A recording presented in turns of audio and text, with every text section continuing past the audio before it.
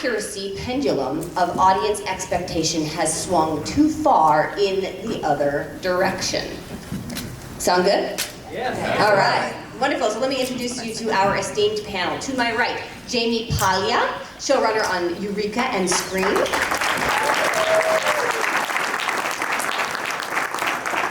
Beside him is Kevin R. Grazier, Ph.D., science advisor on Gravity, Pirates of the Caribbean, Dead Men Tell No Tales.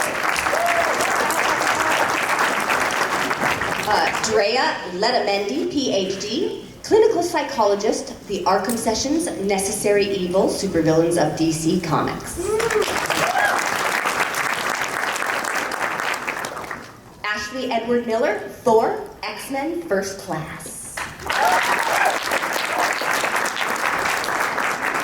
Deric Hughes, Warehouse 13, Beauty and the Beast, and The Flash now, right? Yeah. And last but certainly not least, Jessica Cail, Ph.D., science advisor, Marvel's Agents of S.H.I.E.L.D. and Zootopia. Well, thank you all so much for joining us today. I'm really excited to ask you a couple of questions, and then we'd love to take some questions from the audience as well. So let's start off with the gentleman to my right here, Jaime and Kevin. So on Eureka, different science disciplines were a guest star, shall we say, every week. And we were wondering, did you have people nitpicking every little bit of science that you guys put into the program?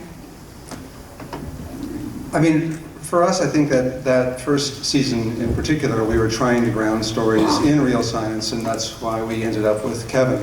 It really helped us to be able to come up with these, interesting character arcs and try to find some thematic sci-fi, A-story ideas that would reflect them in a way that would be, a nice, fun, satisfying episode. But I think because, my dad's a scientist, I kind of grew up with it, I just didn't want it to not be smart. I think there was extra pressure on us when you say that you're telling stories about a town full of geniuses, you better sound smart, and, because people that are smarter than you are actually going to be paying attention. So I don't think that we didn't get hammered too much, actually, that first season. I think that, with the exception of a couple of episodes where we, probably did stray just a little bit beyond those boundaries into, the magic, that was really our sort of mandate in the writer's room, was, make sure that you don't cross that line from science fiction into magic. And Kevin really helped keep us honest that way. I think also the fact that Twitter wasn't quite as popular back then helped us out quite a bit on that. And also, by the time we reached the end, on our last two seasons, we had a writer's room full of science groupies. I mean, they all really were into science. They did their homework. I didn't have to. No, we had a bunch of really good people, especially the last 2 years, who just did their homework. So there wasn't really a lot to nitpick. Well, there wasn't a lot to nitpick. Realistically, that doesn't usually stop people. I'm sure we'll go there. But, we're going to go to you on that, I'm sure. Yeah, exactly. Well, before we go there, I do want to ask, who else has science or scientists in their families besides you, Jaime? Anyone else? I've got a family full of engineers. Okay, that works. That's in STEM. I mean, like literally everybody is an engineer who went to college. I've got an uncle who actually didn't go to college, just graduated from high school, and still manages to do patent things that are kind of amazing just because he was like that. So there's a lot of that expectation where I come from, kind of how I was brought up, that some sort of dedication to scientific rigor and kind of knowing what the hell I'm talking about is actually important. And of course, I didn't care at all. I try not to know what the hell I'm talking about on the blank sheet. That's great. Do your relatives tease you that formatting in Final Draft is not as difficult as working in AutoCAD? Is that the joke?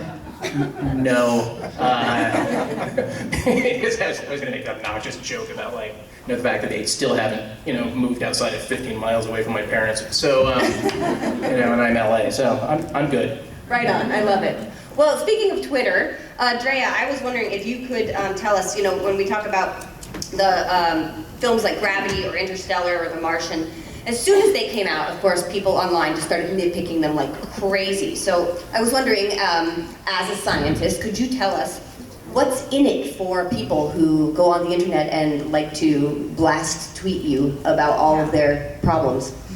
That is such a loaded question, but there's so much there. I think first we have to think about the way that Twitter operates. Like, it's a very immediate platform. Anybody can say what they want to whom they want to say it. I just tweeted that right now. Yeah.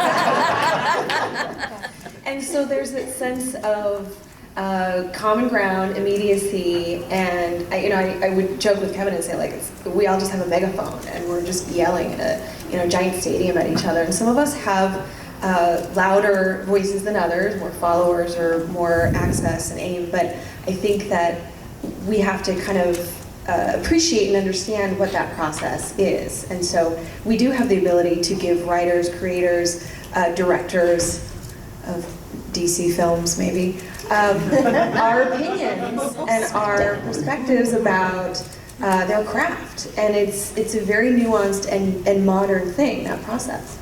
Oh, well, that's interesting, because I had heard this story talking about, I think it was on How to Do Everything, the podcast, and they were talking about that in the Victorian age that there were these sort of anti-Valentine's Day cards where you would send them to your enemies that were basically like, you smell like horse dung, or something to that effect. And the idea was that this trolling idea wasn't something so new, but of course the immediacy is a lot different, if you have to pay for postage and send it. And apparently with these Valentines, actually they were paid on delivery, so the recipient paid to enjoy that love note. But right now, we can just click send, tweet, post, and that sort of adrenaline rush that we all experience, right? Who's guilty of that? Me. Do you think that contributes in a specific way? Absolutely. So the satisfaction is immediate. We have that reply, or just the notion that others have seen it.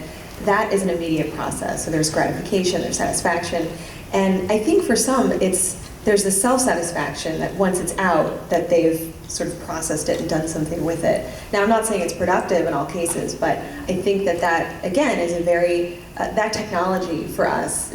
Our brains aren't wired for that, guys. Like, that's a really modern process, and so we're learning lessons about that. We're adapting to it, but we have to understand that does impact us at these social, cultural, political levels, on so many levels. Mm-hmm.